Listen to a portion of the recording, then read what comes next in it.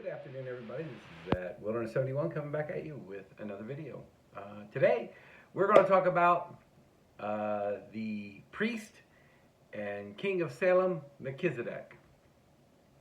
It's kind of a mysterious figure in the Bible. In fact, it appears, Melchizedek first makes his appearance in Genesis chapter 14 when Abraham, the kings of Sodom and Gomorrah, are taken captive, and his nephew Lot is taken captive with him. So Abraham, with his servants, goes out after them, defeats them, brings them back. And this is where, on his way back into the land of Canaan, he meets Melchizedek. Melchizedek, who is the king of Salem, and he is a priest. So he's a king and a priest. He comes out to meet Abraham with bread and wine. And this priest, whom is not affiliated with the Hebrew culture at all, because there was no priesthood in the Levitical line established yet, that seed was still inside Abraham. At that point, it would appear maybe that Isaac was just born, or he'd been born. He's somewhere around, no one's real sure the age, and quite honestly, when you get into Semitic cultures and the books of Genesis, Exodus, and things like that, timelines are not, as I've said before in other videos, they're not as linear as we are in Western culture. So we don't really know about what age Isaac was at that time, but more than likely he was born. So basically the seed of the promise was within Abraham or in Isaac. So who is this character, Melchizedek? Because when we go into Hebrews, they make the correlation because of Psalm 110. In the Psalm, it says that you are a priest forevermore after the order of Melchizedek. And because this person was a king and priest, and probably talking about King David at the time, because there's two kings in Israeli culture that performed the priest duties, and that was David and Solomon, the only two. So it was thought in Jewish culture for a long time and written about that Mashiach, when Messiah would come, Mashiach would be a king and a priest. And that was the belief in Jewish culture.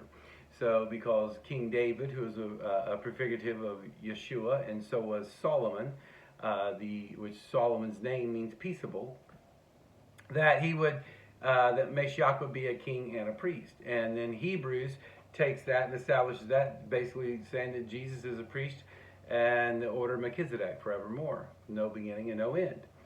So who is this character, Melchizedek? So basically what's interesting about this is in chapter 14, Abraham's returning, and Melchizedek comes out and meets Abraham with wine and bread, and breaks bread with Abraham. What's interesting about Melchizedek, he's called a priest of the Most High. Now this is a very interesting scenario, because you got to remember when we go back, we talk about Deuteronomy, and after the Tower of Babel, that the Most High divided the inheritances among the nations. And basically Yahweh's portion was Canaan.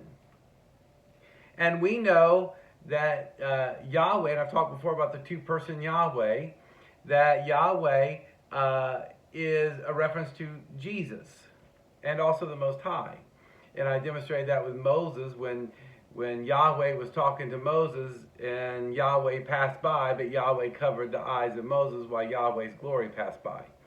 And so the Jews had a long time in Jewish culture, the rabbis and the writings talked a lot about a two-person Yahweh. So, but anyway, so we have this priest who's a priest of the Most High, and that word in Hebrew is Elyon, the Most High. So it's El, the main God. So in every culture, there is a creator God who created all the gods. So we know, and as I've demonstrated before in other videos, that Yeshua was the Aleph Tav who spoke everything into existence. He was the Aleph Tav that was in conjunction with Elohim, creating all things in Genesis 1:1. So we have this Yahweh, that Canaan is Yahweh's inheritance. Now, Yahweh had promised Canaan to Abraham. So the land of Canaan would be Abraham and his seed forever. They multiplied like the sand of the seashore. So that is Israel. So as Isaac, Isaac has Jacob, Jacob's renamed Israel, and so we get to name the nation of Israel. That is their inheritance. So Abraham already knows this promise that Canaan will be his. And he dwells in the land of Canaan. But yet we have this king and priest of Salem. Now where is Salem? Salem's Jerusalem. So Jerusalem is where this king and priest resides, at the hill of Jerusalem. Now, what's interesting about this, he is a priest of Elion, the high, and forgive me, I'm not formally trained, but that's the Most High God. He is the priest of him. And yet comes out and breaks bread specifically with Abraham. Why? Because Yahweh had put the promise on Abraham. Now keep in mind, Adonai first appeared to Abraham in Mesopotamia before getting the call in Haran to go out. And I demonstrated that before with Stephen, his speech before he was stoned, how God appeared to Abraham. Now keep in mind, Abraham was a Chaldee. He was a moon worshiper. So, but one thing that the gods of Mesopotamia all understood, that there was a creator God above all the gods. So what would kind of snap the jockstrap of Abraham? If El spoke. So he knew, so Yahweh had to appear to him in Mesopotamia, because when he was in Canaan and the angels, before they destroyed Sodom later on, when the three angels came to him, he did obeisance to the one in the middle and called him Lord. This gets very interesting now, because we have now this priest of the Most High God who's residing in Canaan. So think about this. You have this priest who worships the Creator God, but yet his residence, his address is Canaan, the land of Yahweh. Very interesting. So Abraham goes further and tithes him 10% of all that he had, because Abraham recognized that this priest was the priest of the Most High. Now, what's interesting about this, we get further into this, what does Melchizedek mean? Well, we know Salem, Jerusalem, so Salem means peace. So that's Solomon, peaceable. So he was the king of Salem, the king of peace. But his name, Melchizedek, means I serve Zedek. And these are two associated with two Canaanite deities that mean righteousness and justice. So he was the king of righteousness. So this becomes more interesting, because Canaan is Yahweh's portion. The land of Canaan is given to Yahweh. But yet this priest of the Most High God, his name is reflective of two Canaanite deities that mean righteousness and justice. I would assert that this is attributes of Yahweh.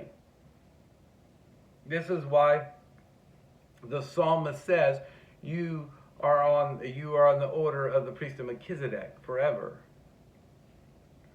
So Mashiach is full of righteousness and justice. So this becomes very interesting, because when we go into that, 10 chapters later, Abraham takes Isaac to sacrifice him. Where does he go? And this is very interesting, so no one really points this out. He goes to Mount Moriah. Where is Mount Moriah? Jerusalem. It's in the valley of Kadesh. So he would have to enter the jurisdiction of Melchizedek to go into the mountain to do an offering to Adonai, the Most High God. So he takes Isaac, we know the story, he takes Isaac up. But then an angel of the Lord appears. Now, when it says angel of the Lord in the Hebrew, it is not an angel of the Lord. It's not an angel of Elion, the Most High. It is an angel of Yahweh. It's Yahweh's angel. So this angel of Yahweh calls from heaven. So the angel of Yahweh calls from heaven and tells him, no, don't do that. The Lord has provided sacrifice. There's a ram in the thicket. So think about this. In the land of Canaan, which is Yahweh's portion, it is the Most High who has a priest there. It is the Most High that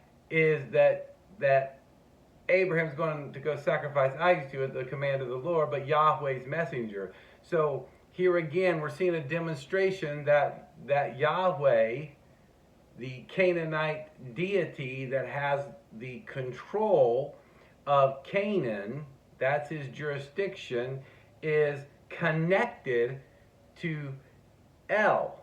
He's connected to Elyon, the Most High.